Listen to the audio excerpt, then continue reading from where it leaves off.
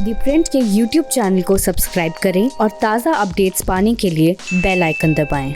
नंदीग्राम एक ऐसा बैटल है जिस पे पूरी दुनिया की नज़र लगी हुई है कि मुख्यमंत्री ममता बनर्जी यहाँ चुनाव हारेंगी, जीतेंगी, खेला होगा नहीं होगा। और ममता बनर्जी को हराने के लिए केंद्र की तरफ से धर्मेंद्र प्रधान, जो यूनियन पेट्रोलियम मिनिस्टर हैं, उनको लगाया गया है। हमारे साथ है धर्मेंद्र प्रधान जी। प्रधान साहब, आप ये बताइए कि इस पहले तो आप ढेर सारी जगह घूमे होंगे, इस चुनाव का मूड क्या है और क्यों ऐसा लग रहा है कि ममता बनर्जी चुनाव हार सकती हैं? देखो, कोई कारण नहीं दिख रहा है कि दीदी यहाँ जीतेंगे क्यों। नंदीग्राम एक ऐतिहासिक स्थान है। आज़ादी की लड़ाई में मिदनापुर जिले की एक भूमिका रही। वीरांगना मातंगिनी हजरा से लेके 2006-07 में नंदीग्राम में जो जमीन अधिग्रहण को लेके लड़ाई हुई थी, ये इलाका वीर भूमि है, लड़ाकू भूमि है, परिवर्तन वाला भूमि है। ममता जी पिछले 10 साल से लोगों को निराशा किए हैं। यहाँ की विकास नहीं हुई है। अत्याचार, भाई भतीजावाद और दुर्नीति ये बढ़ी है। जब आप काम नहीं करोगे, लोग प्रश्न पूछोगे, फिर आप उनको अत्याचार करोगे। यही सब कारण के लिए आज बंगाल की जनता विद्रोह किया है। बंगाल की जनता पहले से ही राजनीतिक सचेतनता की चरम पे रहती है, परिवर्तन चाहती है। इस बार बंगाल में ममता जी का पराजय सुनिश्चित है। नंदीग्राम में भी पराजय होगा। ये सारे लक्षण यहाँ दिख रहा है। आप कई राज्यों के प्रभारी रहे हैं, बिहार में के खास तौर से। बिहार में जब हम घूमते थे तो एंटी लालू सेंटीमेंट जो था लालू के रिजीम के दौरान बहुत ज़्यादा स्ट्रॉन्ग था। नीतीश की वापसी हुई। यहाँ पे आप ये सेंस कर पा रहे हैं कि एंटी ममता सेंटीमेंट इतना ज़्यादा स्ट्रॉन्ग है या परिवर्तन की लहर है? क्योंकि उनके मिनिस्टर के ऊपर भ्रष्टाचार के आरोप लगे हैं, अभिषेक बनर्जी भाईपो के ऊपर लगे हैं, लेकिन एंटी ममता सेंटीमेंट आप सेंस कर रहे हैं कि इतना ज़्यादा स्ट्रॉन्ग है? देखिए, ये सब परिपूरक है। क्या भाईपो और बौदी पीसीमा अलग अलग है क्या? दोनों एक है। इसलिए यहाँ की नौजवानों की मन में आक्रोश है, माताओं की मन में आक्रोश है, अभिभावक गुरुजनों की मन में भी आक्रोश है।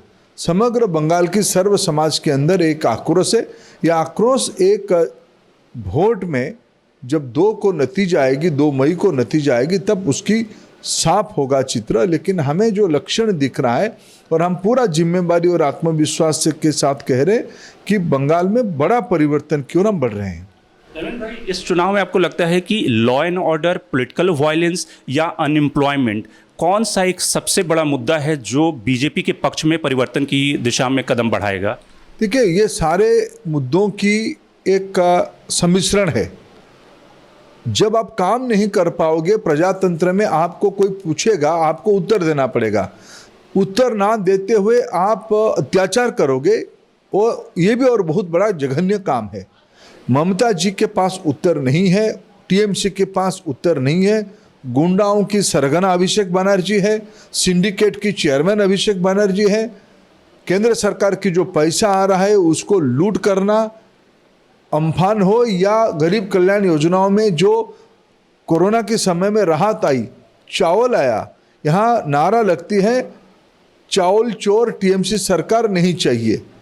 ये जनाक्रोश की एक प्रतिफलन है।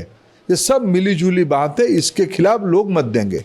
आपने कहा कि नंदीग्राम में भी कोई, आपने एक नाम लिया जिनको भेजा है यहाँ पे डिस्टर्बेंस करने के लिए, कोई माफिया गुंडा हैं। नहीं, यहाँ की देखिए, हम कई दिनों से इस विषय को उठा रहे हैं। जो यहाँ नॉन बेलेबल वारंट में जिनके नाम पे गिरफ्तारी का नोटिस है, परवाना है, ऐसे लोगों को ममता जी ने पुलिस की वाई कैटेगरी, वाई+ कैटेगरी की सुरक्षा देके अपनी साथ रख के लोगों को डराना धमकाना ये कोशिश कर रहे हैं। हम चुनाव आयोग को यही विषय बार बार आग्रह कर रहे हैं कि ये प्रमाण है। कल भी उनमें से कुछ लोग सुप्रीम कोर्ट तक पहुंचे थे। सारे लोगों की जो गिरफ्तारी की वारंट सुप्रीम कोर्ट ने बहाल रखा। उनकी जो इलेक्शन एजेंट हुए उनको कुछ दिन के लिए मोहलत दी। लेकिन जिनके नाम पे कल सुप्रीम कोर्ट में भी ममता जी जाके निराशा होके आई है, कम से कम अभी तो संविधान और कानून को सम्मान देते हुए ऐसे लोगों को यहाँ पुलिस गिरफ्त करे, ये हमारी मांग है। एक माइनॉरिटी अपीजमेंट की का आरोप भी बीजेपी लगाती है कि उन्होंने माइनॉरिटी को अपीज किया, हिंदुओं की अवहेलना की। नॉन जो बंगाली है, जो बार बार वो कहती हैं कि आउटसाइडर आउटसाइडर, आपको लगता है कि ये भी मुद्दे उनके खिलाफ जा रहा है? कौन आउटसाइडर है? क्या ममता जी उड़ीसा नहीं आ रही है? हम उड़ीसा से आके यहाँ आउटसाइडर होंगे? मिदनापुर जिले में तो हम आधे उड़िया में बात करते हैं, गांव में हम जाके तो उड़िया में बात करते हैं, हम आउटसाइडर हैं। ममता जी जगन्नाथ जी के आशीर्वाद लेने आएगी, मैं कहूँगा वो आउटसाइडर है। वो देश की केंद्रीय मंत्री रही, संविधान की शपथ लेके 2 बार मुख्यमंत्री रही। ये क्या मानसिकता वो बना रहे हैं? जिस भाषा का वो प्रयोग कर रही है, ये उनकी बौखलाहट की लक्षण है। आज एक वीडियो वायरल हो रहा है यहाँ, वो अपने हार की डर के कारण इतने व्यग्र हो गई है, वो कुछ भी करने के लिए तैयार है। ये बहुत ही निंदनीय और चिंताजनक है। एक सवाल कि जो बीजेपी ने ढेर सारे टीएमसी के कैंडिडेट बोरो किए हैं, तो पार्टी में उसके खिलाफ कुछ आपको लगता है कि डिसिडेंसी या इसका? डिसिडेंसी नहीं है, पार्टी एकजुट है। वो एक ऐसे ही घटना को ध्यान में रखते हुए ममता जी ने एक हमारी जिला उपाध्यक्ष को फोन किए थे, इसी आशा पे कि ये शायद पुराना कार्यकर्ता है, नाराज हो जाएगा। उनकी उत्तर आप सुन लीजिए। उस उत्तर में बंगाल की मिजाज और बंगाल की जो मूड है आपको पता चलेगा। लोग टीएमसी के खिलाफ हैं, भ्रष्टाचार के खिलाफ हैं, भाईपो के खिलाफ है। वोट निश्चित रूप में उनके खिलाफ मिलेगा इस बार। एक अंतिम सवाल धर्मेंद्र भाई कि आप यूनियन पेट्रोलियम मिनिस्टर हैं, अगर पश्चिम बंगाल में बीजेपी की सरकार बनती है तो इंडस्ट्री यहाँ पे नहीं है, एक बड़ी समस्या है कि इंडस्ट्री यहाँ पे नहीं है, लोगों को एम्प्लॉयमेंट नहीं मिलता, तो आप अपनी तरफ से क्या करेंगे? निश्चित रूप में हम सोनार बंगाल बनाने के लिए वादा किए हैं, डबल इंजन की आह्वान कर रहे हैं।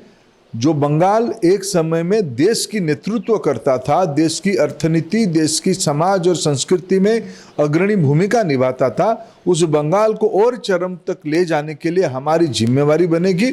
हम अभी भी केंद्र सरकार की भूमिका में उसको कर ही रहे हैं। आने वाले दिनों में जब लोगों की आशीर्वाद बीजेपी के ऊपर आएगी, हम और तेजी से काम करेंगे। बहुत बहुत शुक्रिया धर्मेंद्र प्रधान का, यूनियन पेट्रोलियम मिनिस्टर। इनका कहना है कि बीजेपी पूरी तरह से जो सोनार बांग्ला का कॉन्सेप्ट है उसको इम्प्लीमेंट करेगी और ममता का राज जो है वो खत्म होने वाला है, बीजेपी को बड़ा जनादेश मिलने वाला है। Shankar Animesh, the print.